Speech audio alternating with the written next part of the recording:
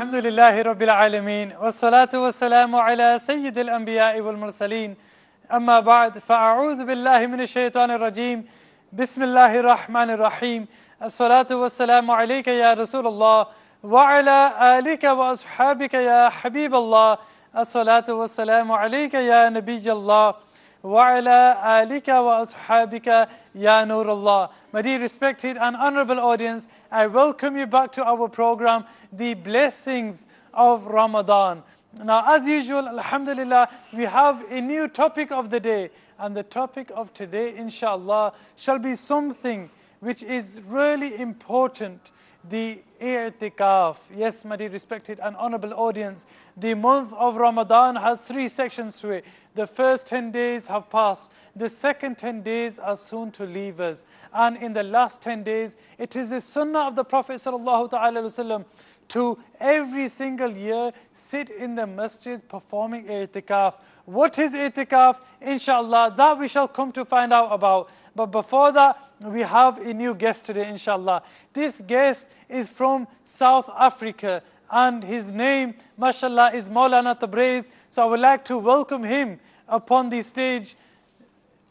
If you could please join us, subhanallah. MashaAllah, MashaAllah. Assalamu alaikum wa rahmatullahi wa barakatuh. Wa alaikum assalam wa rahmatullahi wa barakatuh. Nice of you to join us. Jazakallah khairah. You've come, all the way from South Africa. May Allah subhanahu wa ta'ala reward you for your efforts. The program is the blessings of Ramadan. Maybe you can give us some good intentions to begin with, and then we'll start our program, inshallah. Alhamdulillahi Rabbil Alameen.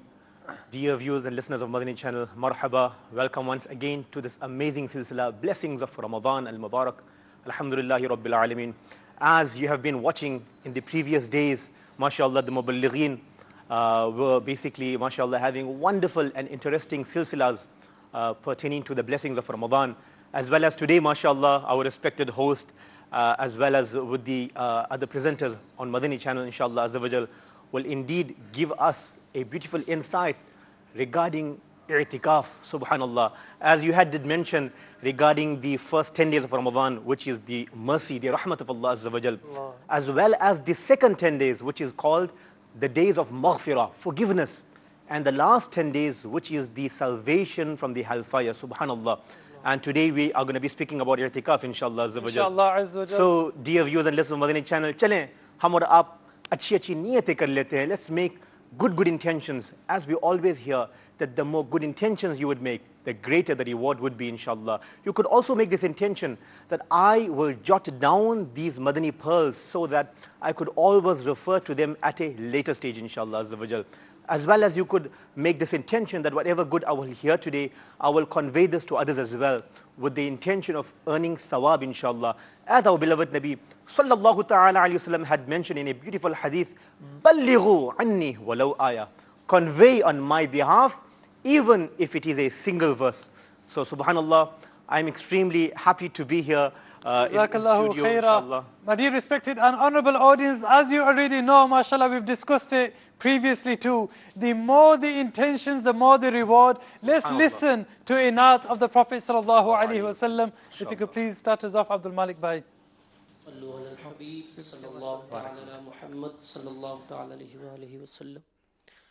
Sallallahu alayka ya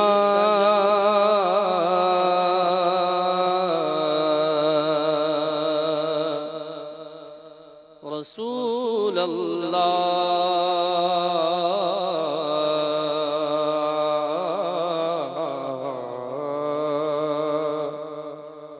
Wa sallam alayka ya Habib Allah. Hail be se jaan bakshi nirali haath mein. Hail be se jaan bakshi nirali haath mein. Hail be se jaan bakshi nirali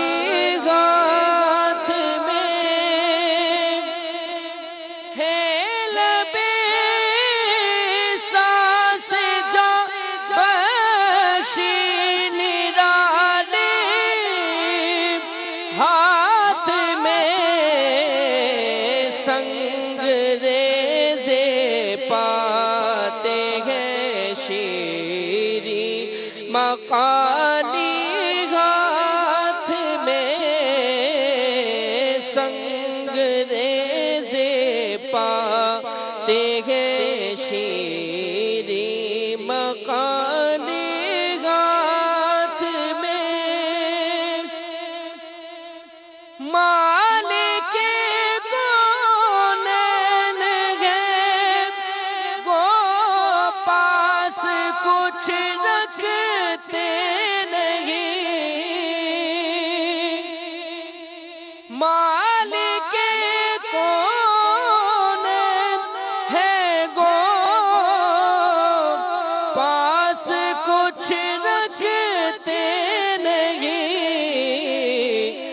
دو جہاں کی نعمتیں ہیں ان کے خالی ہاتھ میں دو جہاں کی نعمتیں ہیں ان کے خالی ہاتھ میں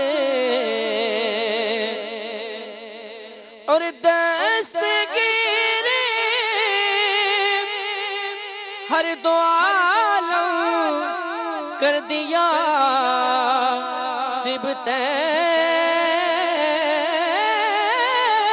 سبتین کو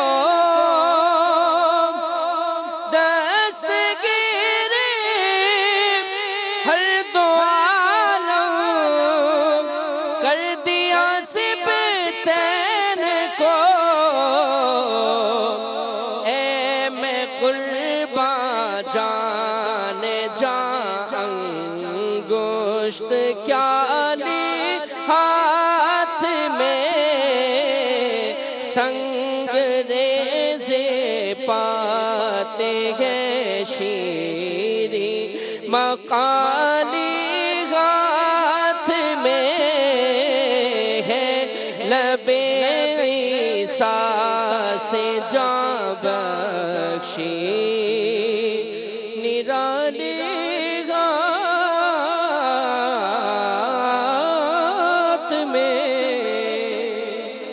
صلوا على الحبيب صلى الله تعالى على Muhammad sallallahu ta'ala alayhi wasallam. My dear respected and honorable audience, for those of you that may have just joined us, yes, we have along with us a co-host, mashallah, but not only do we have a new face with us, but we also have a new topic as we do each and every day.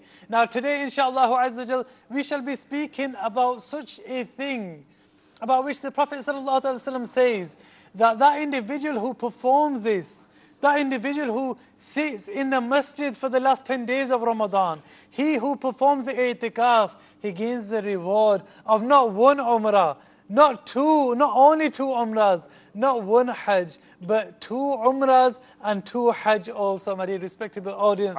So just this itself, subhanallah, should be enough of a reason for us to inshallah sit the last 10 days of i'tikaf.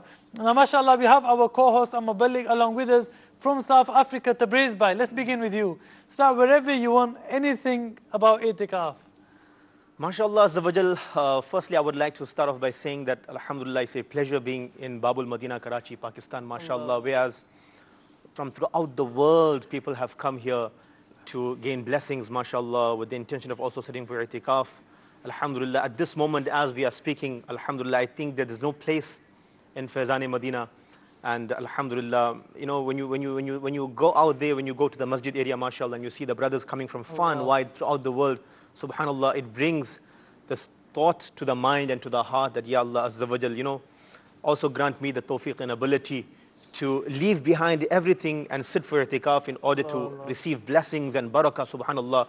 This is the sunnah of the Holy Rasul sallallahu ta'ala alayhi wasallam, which, you know, we should also follow at least once in a lifetime with the intention of sitting for i'tikaf. Alhamdulillah, sunnah i'tikaf the last 10 days, and by the tawfiq and ability given by Almighty Allah subhanahu wa ta'ala, there are people that sit for the entire 30 days of Ramadan al-Mubarak, subhanallah, and especially in the last 10 days. So there are blessings. We are also going to listen from our muballighin, inshallah, azza wa jal, as to the blessings and narrations and virtues of sitting for i'tikaf. MashaAllah, Rizwan Bhai, sorry, Wasim Bhai, we're speaking about i'tikaf. Why should we sit i'tikaf? Alhamdulillahi Rabbil Alameen, wassalatu wassalamu ala Sayyidil Mursaleen. Amma ba'd, fa'a'udhu billahi minash shaytanir rajim, bismillahir rahmanir rahim. In terms of why shall we sit i'tikaf, before going into that, if you just think about the concept of sitting i'tikaf, it's just amazing. As mashallah, both of you were discussing about i'tikaf, I was just thinking about it, you know, how beautiful it is to sit i'tikaf. The concept behind it is you leave everything and you come in the court of your Rabb. Allah, Allah. You sort of, you're presenting yourself, becoming submissive in the court of Allah subhanahu wa ta'ala, leaving everything outside. And it is as though as if you're saying, Ya Rab, I've come in your court, I won't leave without attaining forgiveness from you. Allah. Such a beautiful concept. And the person who sits i'tikaf, he is in the state of worship 24/7. Allah. The time that he stays in the masjid for. And then we hear in the narrations where it's been stated that the person who offers one salah and then waits for the other salah, Allah. he is like he's in the state of salah. It's like he's in the So the person who's sitting i'tikaf, obviously along with other worships, he will also be offering salah with jamaat. So that the wait that he will be doing between one salah and the other salah, that will also be considered as him being within the state of salah. Then in regards to the benefits and the blessings and the virtues that are within sitting i'tikaf, they are also beyond description. As one hadith mubarakah, the Holy Prophet sallallahu ta'ala alayhi wa sallam stated, we're talking about the last 10 days of i'tikaf. The Aqā alayhi salam stated, the summary of the hadith sharif is that the one who sits i'tikaf for the pleasure of Allah subhanahu wa ta'ala for one day, Allah, Allah. this is the blessing for one day. Allah subhanahu wa ta'ala creates 3 trenches between him and hellfire. Allah, Allah. Between Ya him baat, and hell, there are 3 trenches which are created, and distance of each trench is that of east and west. Subhanallah, Subhanallah. Now this is the blessing, the benefit, the virtue, excellence of sitting i'tikaf only for one day. Sorry to interrupt you, but just that first point that you brought along, that when a person is waiting for salah, it's as if he's in salah. Subhanallah. Now, an individual, when he does sit i'tikaf, then what does he do? He goes to the masjid, he's waiting for his salah, and then he prays his salah, and then he's waiting for the next salah. Meaning for the whole of the 10 days, he's just waiting for another salah to come. Meaning he spent the 10 days as if he was in prayer the whole of the 10 days. And then in the masjid too. Subhanallah. No doubt this is a great means of gaining so many blessings, so much reward. So the time he's sleeping, the time he's opening his fast, the time he's closing his fast, the time he's doing ablution, all the time he's just sitting against the radiator at the back of the masjid, whatever he's doing, all those moments are being considered into being worshipped. Subhanallah, I'm going to turn to Ammar Bhai, but before I do so, Waseema, have you ever sat i'tikaf? Alhamdulillah. MashaAllah, MashaAllah. Again, this is Alhamdulillah, may Allah subhanahu wa ta'ala keep the shadow of Amir Ahl-Sunnat upon our heads. MashaAllah. When I came in the Madani environment of Dawat Islami, before that obviously I didn't have the mindset. But Alhamdulillah, after coming in the Madani environment of Dawat Islami, I think first or second year, I sat i'tikaf for 10 days. First year I think it was, then the following year I sat i'tikaf again. And the experience which I experienced in the i'tikaf was just amazing. And it seemed as if at that point of time, as all my life, I've just wasted all my previous life. Allahu Akbar, Allah. This is now when I've started to learn what life actually is, because like Amir Ahl-Sunnah says, Alim is a true insan, Alim is a true human. So this is where you sort of learn, the essentials, the fundamentals of your faith, how to purify yourself, how to offer your salah properly, how to perform wudu properly, etc., etc. So obviously after sitting the i'tikaf the first year, that's when I realized, all my previous life, I've been wasting it. And now, Alhamdulillah, a mindset was developed. Waseema, mashallah, you're one Mashallah, of many people mashallah. now. My dear respected and honorable audience, Mashallah. the topic of today is i'tikaf. The program is the blessings of Ramadan. And no doubt Ramadan is a means to attain so many blessings. I'tikaf is something which, in fact, we will ask more about what i'tikaf is, inshallah. But before that, my dear respectable audience, please remember that i'tikaf is normally sat during the last 10 days of Ramadan. So inshallah, I hope many of you will be ready to leave your homes also and visit the home of Allah subhanahu wa ta'ala, sitting i'tikaf, inshallah azza wa jal. But before that, Ammar Bhai, you need to make the mind of the audience to sit i'tikaf. First tell them, what is i'tikaf? What happens during i'tikaf? Bismillah ar-Rahman ar-Rahim. As we've already mentioned with regards to i'tikaf, now one of the basic and essential points is the scholars, they say that this person, he is going and he is sitting in the masjid, in the court of Allah subhanahu wa ta'ala. It's as though he's requesting that, Ya Allah, I'm not leaving until you've forgiven me. Allah. Allahu Akbar. You know, just to add to the point, mashallah, he had mentioned that the literal meaning, the scholars have mentioned that in Urdu kehte na, bistar jama dena. To go somewhere and to say, well, you know, I'm going to be here till my du'as are accepted. I'm going to be here and beg for forgiveness in the court of Almighty Allah subhanahu wa ta'ala. And this is the chance we have, subhanAllah, if only we could make good intentions, as mashallah he did mention regarding, you know, coming for i'tikaf and sitting and with this intention, ki inshallah main yahan se hilunga hi nahi, jaunga hi nahi. And I'm going to make ibadat for Almighty Allah subhanahu wa ta'ala. I'm going to worship and repent for all my previous sins in order to have a better life and, you know, increase sustenance and rozi and whatever du'as and wishes a person has. This is the chance, this is the mawqa, this is the time for us to take maximum benefit of, subhanallah. As I mentioned earlier on as well, कि कहाँ से लोग आए, mashallah. It's really amazing. मैं अभी तक सोच में पड़ा हुआ हूँ. You keep, you know, regressing from the English Allahu language, Akbar. Yes, the English vernacular. MashaAllah, whatever he does say in Urdu, he explains also in English. So if any of you do become confused, what did he say in the Urdu language? Don't worry, MashaAllah, he is also translating in English as he's going. MashaAllah, yes. So I think you mentioned that because of Bistar Jamadina, wali baat, MashaAllah. So it's to basically say that, you know, I'm going to be here in the house of Almighty Allah subhanahu wa ta'ala in order to earn thawab and reward. And this is the sunnah of Nabi Kareem sallallahu ta'ala alayhi wasallam. And mashallah, there are so many things to learn with tafasir. And as he mentioned earlier on regarding wuzu, ghusl, namaz, there are so many different aspects one could learn from. So praise by you mentioned, you know, seeking knowledge about wuzu, about namaz meaning prayer. Ji. But is this in every masjid you do i'tikaf, do you learn these sort of things? Actually, it's recommended, I would say, that wherever, you know, intizamat and there are provisions made for people to sit for i'tikaf, it's the responsibility of the committee in order to take some, you know, I would say, interest in this, that if they have catered for people to sit for i'tikaf, they should also cater for a proper alim-e-deen, mufti, alhamdulillah, of Islam, to basically come and, you know, explain and teach the people sitting for i'tikaf, the mu'takifin. It's very, very important. There should be classes maybe after sahari, during the day. There should be time for break. It's not only to just read namaz, because a lot of people come to read salah. Salah to padhna hi hai, namaz to padhna hi hai, lekin saath hi saath mein hum kuch seekhna chahte hain, ilm-e-deen hasil karna chahte hain. We have to seek ilm-e-deen. This is very, very important. And I think on the same point as you've mentioned in the other masajid, I don't think as much emphasis is given on learning the essentials of our faith, which is the foundations of our faith, as much as from my experience, what I've seen, you see, alhamdulillah, I've sat i'tikaf too, but I've only sat i'tikaf within Dawat Islami. But before I myself came towards Dawat Islami, etc., I had seen in my local masjid, mashallah, we did get a good, you know, 10 or 15 people sitting i'tikaf. What I saw from them is they would have their own section towards the back of the masjid, if it is a big masjid and they are given these facilities, then they'll recite the Quran and then they'll come to pray their salah.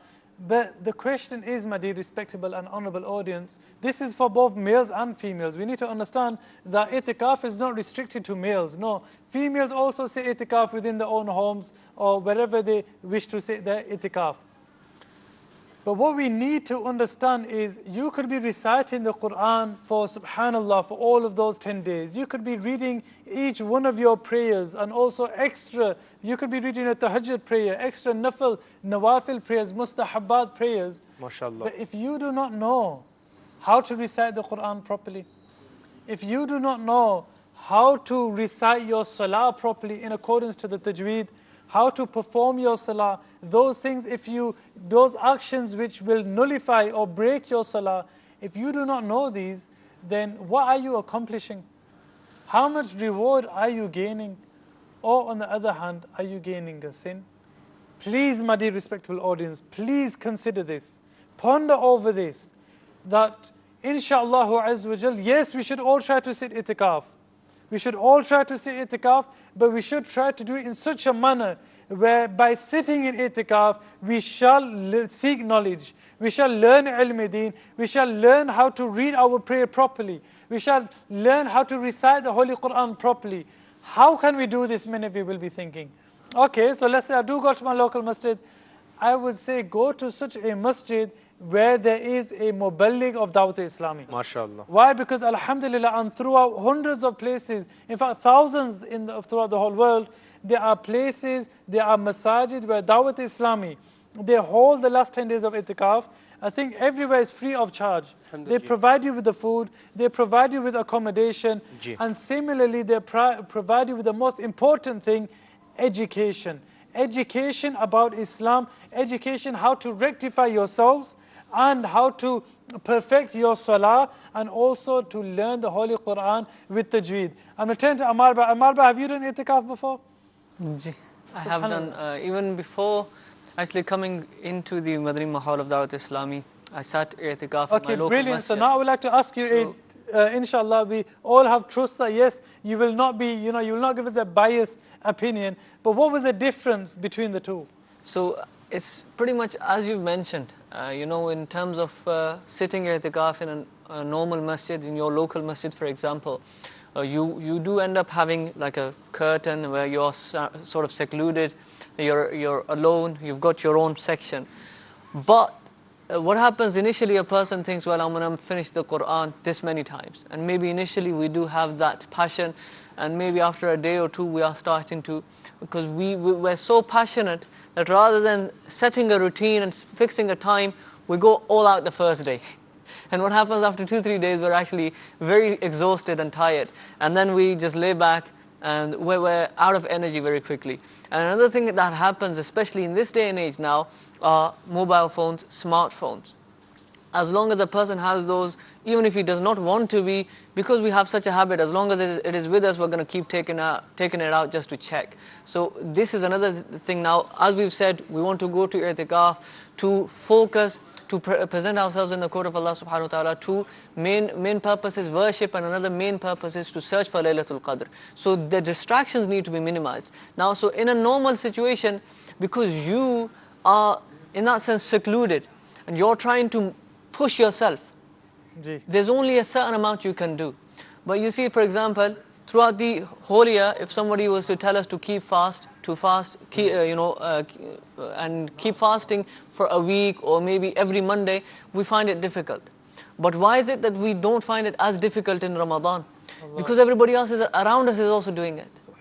So the same thing, if we are in a situation where we're secluded and I'm the only one trying to maybe read the Quran or trying to learn something, there's only so much that I can do by myself. There's only a certain amount that I can push myself for.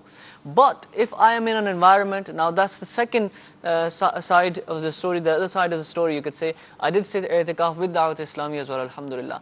And at that point I realized, even if I'm slacking, even if I'm lazy for example, because there's a schedule, and you have a study circle, a Madani halqa, in which there's going to be one Nigran, one person who is going to be teaching you. So he will come and he will wake you up if you're asleep, and he will very politely request you to come and join the Madani halqa, and in there we learn.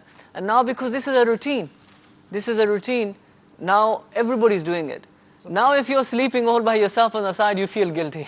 SubhanAllah. I'm going to come back to the praise by mashallah, we have our co-host here, but before that, Wasim bhai, what are some virtues generally from the Quran or the Ahadith about itikaf? Regarding virtue, this fact should be enough for a devotee of Holy Prophet sallallahu ta'ala alayhi wa sallam, that this is a beautiful sunnah of Holy Prophet sallallahu ta'ala. Subhanallah, subhanallah. One sunnah that Holy Prophet alayhi salatu wasalam did every year. Every single year. Every single year. For a devotee, this should be enough. However, for our own persuasion and for blessings, I will mention few hadith mubarakah as well. One hadith mubarakah, the mother of believers, Ummul Mu'mineen, Hazrat Sayyidatuna Aisha Siddiqa radiyallahu ta'ala anha, she states that Holy Prophet sallallahu ta'ala alayhi wa sallam said, whoever did i'tikaf with faith in order to earn reward, all of his previous sins will be forgiven. Subhanallah, subhanallah. And then there are further more narrations, but one beautiful aspect in terms of sitting i'tikaf, it also reflects the mercy of Allah subhanahu wa ta'ala. How merciful Allah subhanahu wa ta'ala is, that when we sit i'tikaf, we leave all our outside affairs outside. We come in the masjid now. So all our outside affairs have stopped now. But look at the mercy of Allah subhanahu wa ta'ala, that the sins, ma'adullah, if anyone was indulged in any particular sin, now he's inside the masjid, he can't commit those sins. So he is being saved against the sins. But the righteous deeds the virtues that he used to do outside the masjid, now he's come start itikaf inside the masjid and he can't perform those virtues now because he's inside the masjid. Allah subhanahu wa ta'ala still rewards him for those virtues as he's sitting in the itikaf. For example, he used to regularly go visit sick people, or he used to go to, behold his parents, serve his parents, so on and so forth. All those virtues which he now is unable to do because he's sitting i'tikaf, Allah subhanahu wa ta'ala still rewards him for those virtues as well.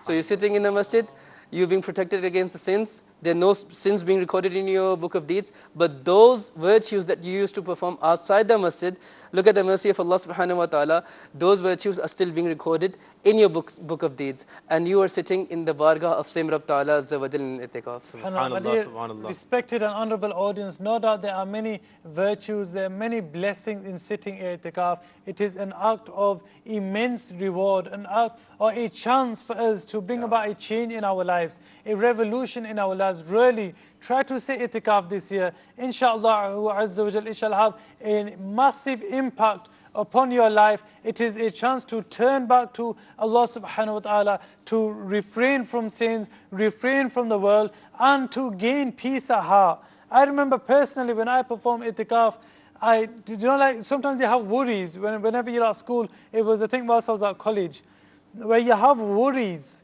But when you're sitting in i'tikaf, there's just nothing to worry about. It's as if, everything's fine. And, you're in your own, subhanallah, you're in your own world. And Jawaz bhai, it's the same feeling when you go for 3 days Madani Kafla. Subhanallah. That seems like a mini i'tikaf, we can say. When we travel in 3 days Madani Kafla, we have the same feelings that all the worries, everything are left out. And on the 3rd day, I've seen brothers crying that, we're going back to the same world now. All the worries, everything. Let's ask the praise about his, and obviously yours will be quite different to ours, maybe not. You tell us, how was your i'tikaf? Alhamdulillah, after listening to the wonderful points and words of wisdom and encouragement from, mashallah, the brothers and muballighin, my input in regards to this is that you cannot express truly what i'tikaf is all about until you do not experience it yourself. Allah. Words cannot describe what are the benefits. I mean, benefits hum pad bhi rahe hain, we are reading, we are listening, mashallah, the viewers and listeners of Madani channel are watching at this moment. But maybe last year somebody did make intention ki aane wala saal, coming here, I'm going to sit for i'tikaf. But, busyness does not stop. Everybody is going to get busier and busier as time goes. We all have commitments. We all have, things to meet at the end of the month. We all have our jobs and works are just increasing. But we are the people that need to decide and need to be determined as to how can I find the time to remove myself from these busy activities and, take myself to the house of Allah subhanahu wa ta'ala with this intention that I'm going to sit for 10 days i'tikaf. I did this many times before in the past as well. Whereas, mashallah, in South Africa, I made intention, I'm going to sit in this masjid, I'm going to sit in that masjid. But I never had the opportunity. But subhanallah, as Nigran Shura, mashallah, before Ramadan, 1 month, 2 months, sometimes 6 months before Ramadan, throughout the world, via Madani channel as well, or Hazrat Zate Khud Tashrif le ja karke, mashallah, in other countries, he persuades, he encourages, he gives the people this enthusiasm and jazba to come to Babul Madina. He gives the people invitation and da'wat. And alhamdulillah, it was through his da'wat and invitation, the first time in my life when I sat for i'tikaf, I came to Babul Madina, alhamdulillah. And that was for the whole 30 days i'tikaf, alhamdulillah. And wo din hai aaj ka din hai. 30 days i'tikaf. Many of us were thinking, we've only heard of 10 days i'tikaf. What's 30 days i'tikaf? Subhanallah. Actually, 10 days is sunnah i'tikaf, alhamdulillah. And the entire month of Ramadan al-Mubarak, subhanallah, for those who sit, if you sit, you do get reward and thawab for it. And 32 is the sunnah of the Prophet sallallahu ta'ala wasallam. The Prophet sallallahu would regularly sit for 30 days. Yes. But the 10 days, meaning once you do sit in the 10 days, then you cannot leave the masjid. During these last 10 days. Last you 10 cannot days, yes. leave the masjid. Whereas there is a leeway for the first 20 days. Now, unfortunately, time, we don't have much of it within this program. So we are going to ask Abdul Malik Bhai to read 1 or 2 ash'ar before we go to our second segment of this program, which is the sunnahs of the Prophet sallallahu ta'ala alayhi wa sallam. Abdul Malik Bhai.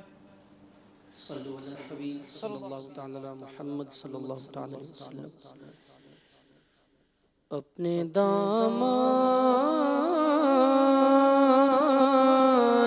Shafat میں چھپائے رکھنا اپنے دامان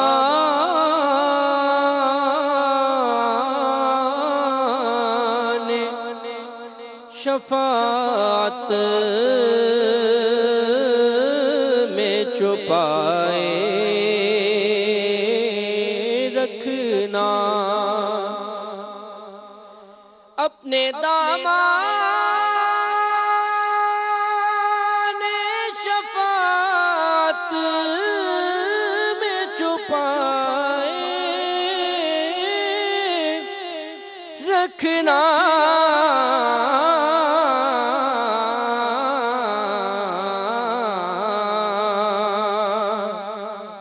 میرے سرکار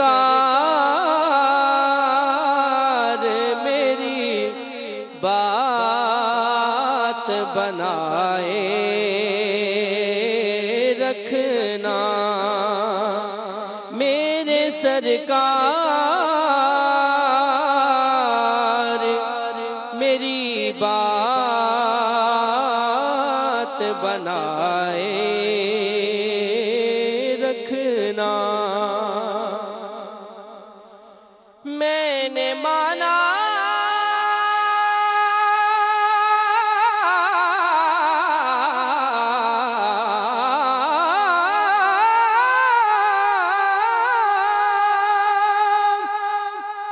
کہ نکما مگر آپ کا ہوں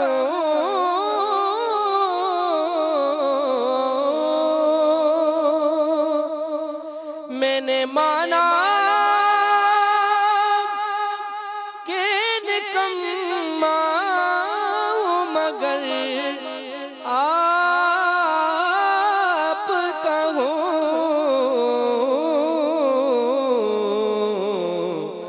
مجھ نکمے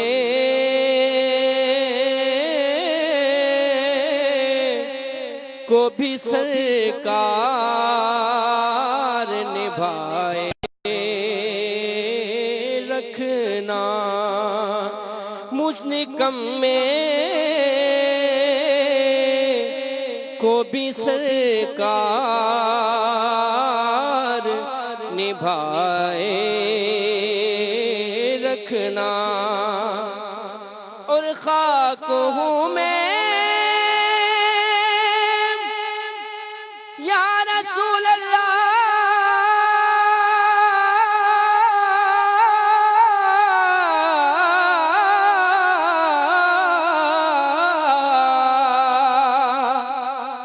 خاک ہوں میں مجھے قدموں سے لگائے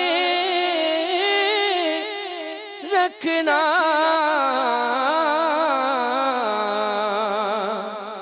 بندہ پرور میری ہستی کو بسائے رکھنا میرے سرکار میری بات بنائے رکھنا على الحبيب صلى الله تعالى على محمد صلى الله تعالى عليه وعلى آله وسلم. My dear respected and honorable audience, the second segment of our program, the sunnahs of the Prophet sallallahu ta'ala alayhi wasallam, the practices of the Prophet sallallahu alayhi wasallam. Ammar bhai, what is today's sunnah? Today's sunnah is of applying the kuhl. Now, in Urdu we call it surma. Basically, What do we call it in English? So in English, this word has actually made its way into the English language as well.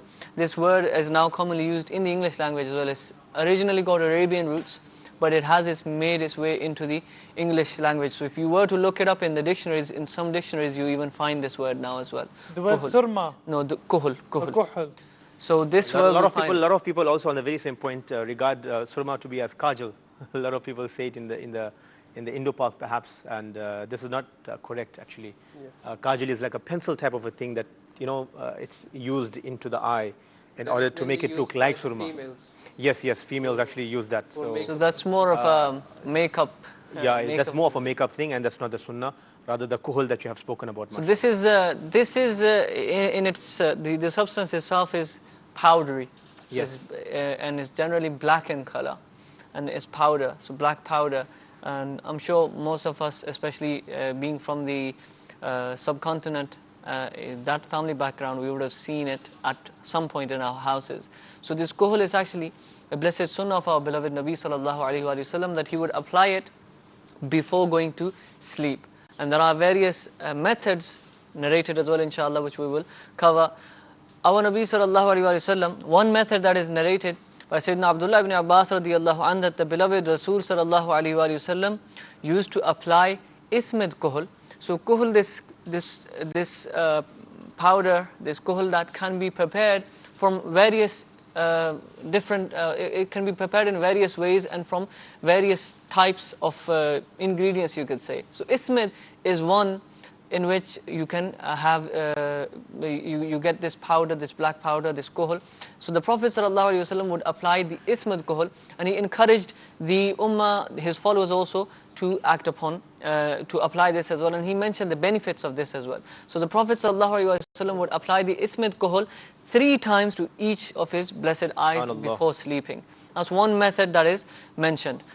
So through this hadith, we also learn that applying kuhul before... They used to apply it to the eyes. What do you mean, or how? So, okay, glad you asked that. It's good to clarify. So, generally you will get an applier with it, meaning a small stick. So you kind of dip it into the powder. So there's some powder on there now. And then you just take it into your eyes and pass it through. And inshallah we will cover the 3 different... Is that easy to apply? Yeah, it's not, you don't poke yourself with it. It's actually sideways. It's sideways, so you just pass it through. And it's less scary than you think when you hear about it first. If you've actually practically done it, it's a lot less of a scary experience. Well, you're very fortunate then, because I remember attempting it one time and it wasn't a successful attempt. I think, I'll give you alhamdulillah, being... experience, like the other day we covered the sunnah of miswak, and we said when we do miswak we feel healthier. Similarly, I'll give you my personal example, whenever I apply kuhul with the intention of acting upon the sunnah of Aqā alayhi salam, I get to go sleep better. Allah. And when I wake up, I'm feeling fresher. I think we'll have another, the next program we'll ask Wasim Bhai to apply it for us, and inshallah the viewers can also watch, and for my benefit too, inshallah, with good intentions. Alhamdulillah, because being brought up in, alhamdulillah, my parents, my mother especially, she used to apply kuhul to my eyes when I was a small kid.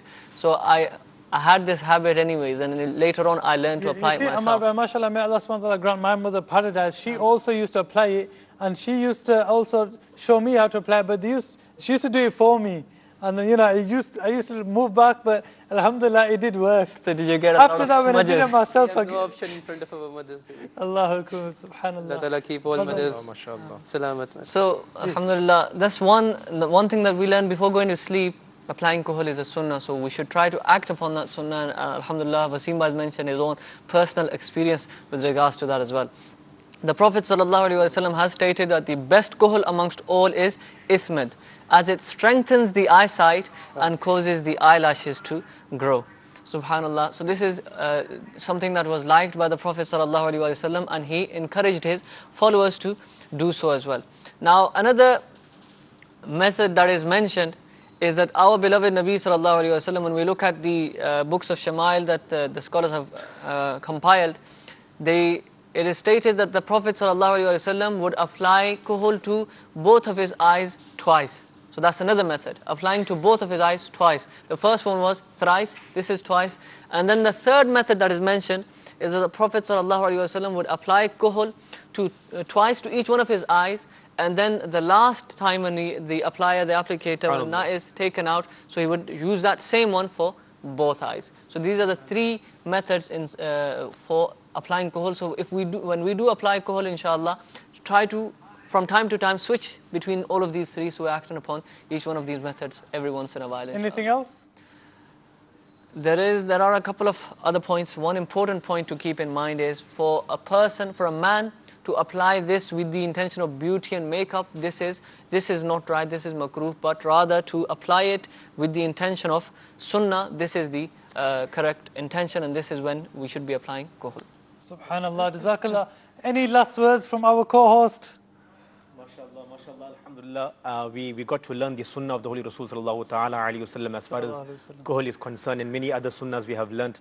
May Almighty Allah subhanahu wa ta'ala grant us the ability and tawfiq to practice these wonderful sunnahs. Ameen. And make amal and practice upon them, for there are so many benefits and rewards, mashallah.